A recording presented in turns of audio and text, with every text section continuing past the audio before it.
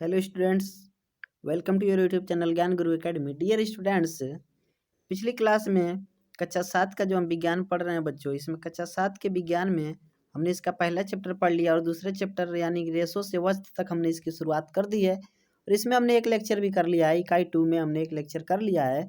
इसमें हमने आप लोग को बताया था बच्चों, पौधे एवं जंतुओं से प्राप्त रेशे और ऊन प्रदान करने वाले जंतु, ये दो चीज़ें हमने पढ़ ली थी।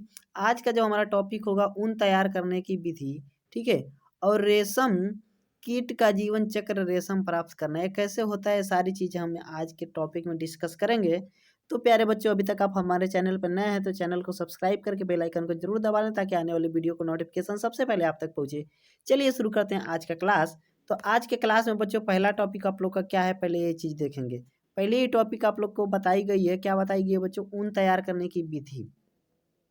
तो चलिए इनके बारे में थोड़ा सा पढ़ते हैं। ऊन तैयार करने की विधियाँ कौन कौन सी है, ठीक है, और ऊन हम कैसे तैयार करते हैं। तो ऊन तैयार करने की विधि, आपने महसूस किया होगा कि सिर के बालों की अपेक्षा शरीर के रोएं अधिक मुलायम होते हैं। आप किसी इंसान को देखिए, ठीक है, तो जो उनके सिर पे बाल होते हैं उसकी अपेक्षा आपके हाथों पे या पैरों पे जो रोएं होते हैं, शरीर पे जो रोएं पाए जाते हैं, ये अधिक मुलायम होते हैं, पतले और हल्के भी होते हैं।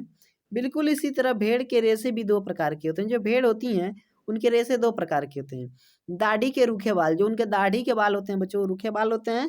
और त्वचा पर स्थित तंतु रूपी मुलायम बाल, जो त्वचा पर उपस्थित होते हैं, स्थित होते हैं, तंतु रूपी मुलायम बाल जो उनके त्वचा पे पाए जाते हैं वो मुलायम होते हैं।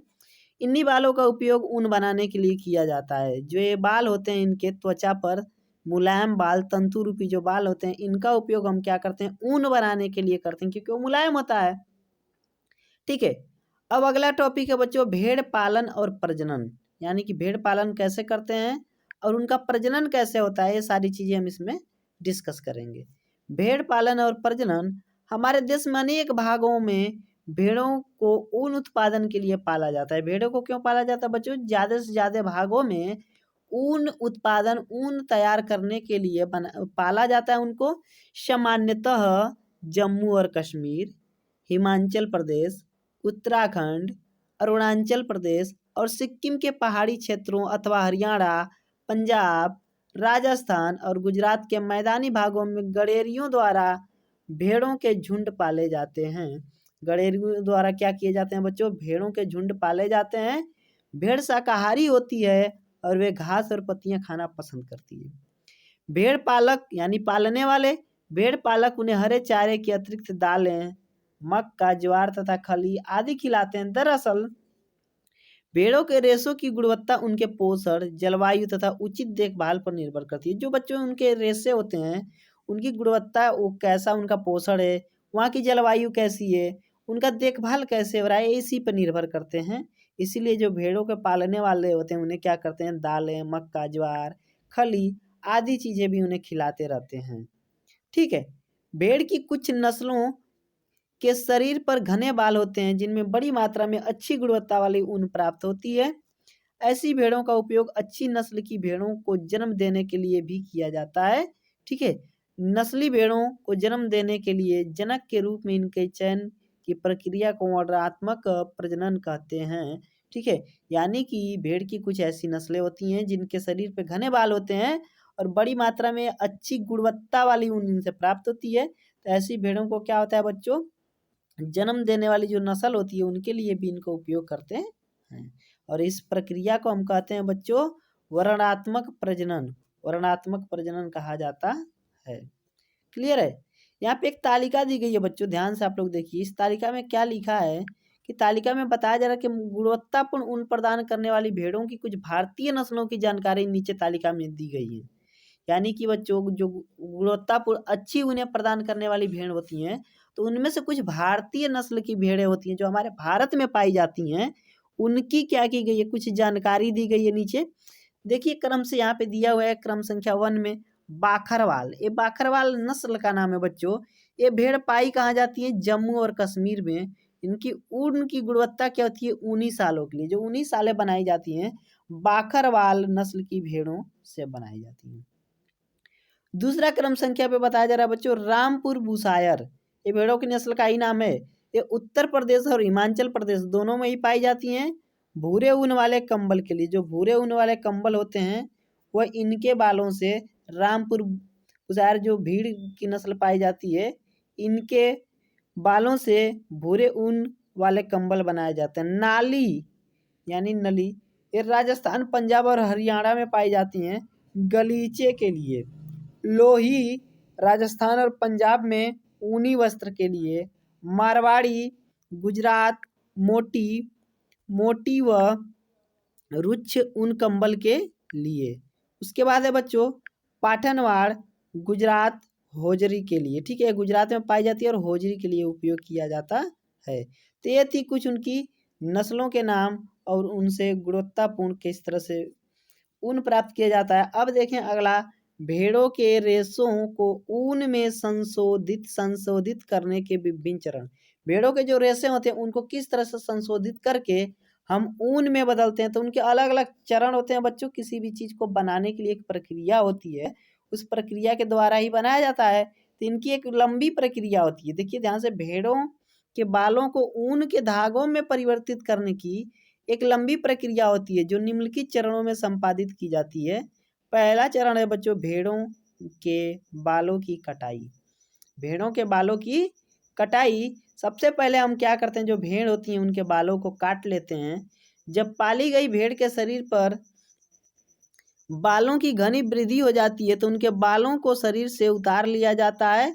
यह प्रक्रिया ऊन के रेशों की कटाई कहलाती है। प्रक्रिया क्या कहलाती है बच्चों? ऊन के रेशों की कटाई कहलाती है। क्लियर हो गया? यह प्रक्रिया ऊन के रेशों की कटाई कहलाती है। भेड़ के बाल उतारने के लिए मशीनों का उपयोग किया जाता है। सामान्यतः बालों को गर्मी के मौसम में काटा जाता है ताकि भेड़ों को इस मौसम में बालदार त्वचा वाले सुरक्षात्मक आवरण के न रहने पर कोई भी कठिनाई न हो। क्या आपने सोचा कि उन रेशों के लिए भेड़ों की बालदार त्वचा को उतारने में उन्हें कष्ट क्यों नहीं होता? इसका कारण है कि त्वचा की सबसे ऊपरी परत अधिकांशतः मृत कोशिकाओं से बनी होती हैं। जो त्वचा की क्या होती है बच्चों? अधिकांश क्या होती हैं? जो सबसे ऊपरी परत होती है वह मृत कोशिकाओं से बनी होती है। साथ ही भेड़ के बाल फिर से उग आते हैं। ठीक वैसे ही हमारे शरीर, ठीक है, या फिर हमारे बाल भी, जिन्हें कटवाने में कष्ट नहीं होता, कटवाने के बाद ये पुनः उग जाते हैं, क्योंकि जो हमारे क्या है बच्चों, त्वचा की सबसे ऊपरी परत है वो अधिकांश किससे बनी होती है? मृत कोशिकाओं से बनी होती है, और उसके साथ ही ये दोबारा उग भी सकते हैं। ठीक है, चलिए अगला पॉइंट है जिज्ञासा। देखिए जिज्ञासा यानी कि जानने की इच्छा क्या है। कारण जानने का प्रयास कीजिए कि जब आप बाल कटवाते हैं तो कोई दर्द नहीं होता, परंतु जब कोई आपके बाल खींचता है तो दर्द क्यों होता है, ये जानना आपको पड़ेगा। ठीक है, हमें भी ज़रूर बताइएगा। अगर आपको इसका जवाब मिले कमेंट बॉक्स में, या फिर ना मिले तो आप कमेंट करके हमसे पूछ लीजिएगा। दोनों ही तरह आपके लिए बच्चों। ठीक है, चरण सेकंड, सेक्शन 2 में क्या करना है? अभिमार्जन। पहले समझते हैं अभिमार्जन होता क्या है। कटाई के बाद रेशों को पानी की टंकियों में डालकर अच्छी तरह से धोया जाता है। जब हम क्या करेंगे, भेड़ों के बाल को उतार लेंगे तो उनको क्या करेंगे, टंकी, मान लीजिए आपकी टंकी है, इसमें डाल के क्या करेंगे, उनको अच्छी तरह से धोते हैं, जिससे जिससे उनकी चिकनाई, धूल और गर्त निकल जाते हैं। यह प्रक्रिया अभिमार्जन कहलाती है। जो ये पूरी प्रक्रिया होती है इसी को हम अभिमार्जन कहते हैं। आजकल अभिमार्जन मशीनों द्वारा किया जाता है। वैसे तो मशीनों ने इंसान का हर वो काम जिससे इंसान करता था सभी को ही छीन लिया है। इंसानों ने, हर इंसान, मतलब मशीनों ने हर इंसान की रोजी रोटी ही छीन रखी है। यहाँ पे आप देख सकते हैं बच्चों, ये प्रक्रिया ऊन निकालने की है भेड़ों से। देखिए ये भेड़ सोया हुआ है और इसका ऊन निकाला जा रहा है, और यहाँ टंकियों में अभिमार्जन हो रहा है, यानी कि टंकी में उसको पानी से धुला जा रहा है। और तीसरी है छटाई। अभिमार्जन के बाद रेशों की छटाई होती है। इसमें अच्छे रोएदार रेशों की उसकी लंबाई, चिकनाई तथा हल्केपन के आधार पर अलग अलग कर लिया जाता है। छटाई का यह काम हाथों से अथवा मशीनों की सहायता से किया जाता है। ठीक है, तो यहाँ पे ये जो आपको फिगर दिख रहा है बच्चों, ये फिगर छटाई वाला है। ठीक है, ये है आप लोग का छटाई वाला फिगर। ठीक है, उसके बाद क्या होता है कि चौथे चरण में आप लोग का है कताई। अभिमार्जन से प्राप्त रेशों को सुखा लिया जाता है। इस प्रकार प्राप्त छोटे छोटे कोमल व फूले हुए रेशों को उनकी धागों के रूप में कताई की जाती है। यहाँ पे आप देख पा रहे हो धागों के रूप में कताई हो रही है, मशीन के द्वारा। ठीक है, तो ये थे बच्चों आप लोग के। ठीक है, उसके बाद इसका 5वां चरण आता है रंगाई। रंगाई भेड़ों अथवा बकरियों से प्राप्त रेशे प्रायः काले, भूरे अथवा सफेद रंग के होते हैं। विविधता पैदा करने के लिए इन रेशों को विभिन्न रंगों में रंगाई की जाती है। इस प्रक्रिया में रंग बिरंगे ऊनी रेशे अक्सर आपस में उलझ जाते हैं। ठीक है, ये तो था। सब करने के बाद उनको रंगना भी पड़ेगा, क्योंकि ये कई कलर की हो सकती हैं, तो उनको अलग अलग करने का, जब हम बनाएंगे कोई सामान तो अलग अलग कलर के रहेंगे तो अच्छा लगेगा। इसके लिए इसको क्या किया जाता है, रंगाई की जाती है। ठीक है, इतना समझ गए आप। ठीक है, अगला पॉइंट देखते हैं। अगला पॉइंट है बच्चों ऊनी धागा बनाना।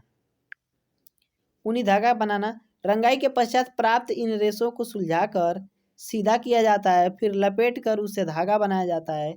लंबे रेशों को काटकर स्वेटरों की बुनाई वाले ऊन में और अपेक्षाकृत छोटे छोटे रेशों को काटकर ऊनी वस्त्रों की बुनाई में उपयोग किया जाता है। कुछ और भी जाने जो आपके लिए इम्पोर्टेंट है।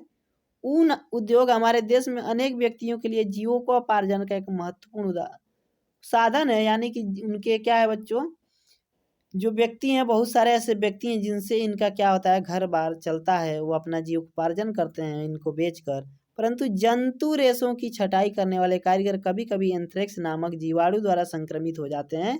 जो क्या होते हैं बच्चों, जंतुओं की क्या करते हैं, रेशों की छटाई करते हैं। रेशों की छटाई करने वाले लोगों को, जो कारीगर होते हैं, मजदूर वहाँ के लोग होते हैं बच्चों, उन्हें एंथ्रेक्स नामक जीवाणु द्वारा संक्रमित हो जाते हैं, जो कुछ समय बाद एक घातक रुधिर रोग स्पोर्ट्स स्पोर्टर्स रोग के रूप में दिखाई देने लगता है।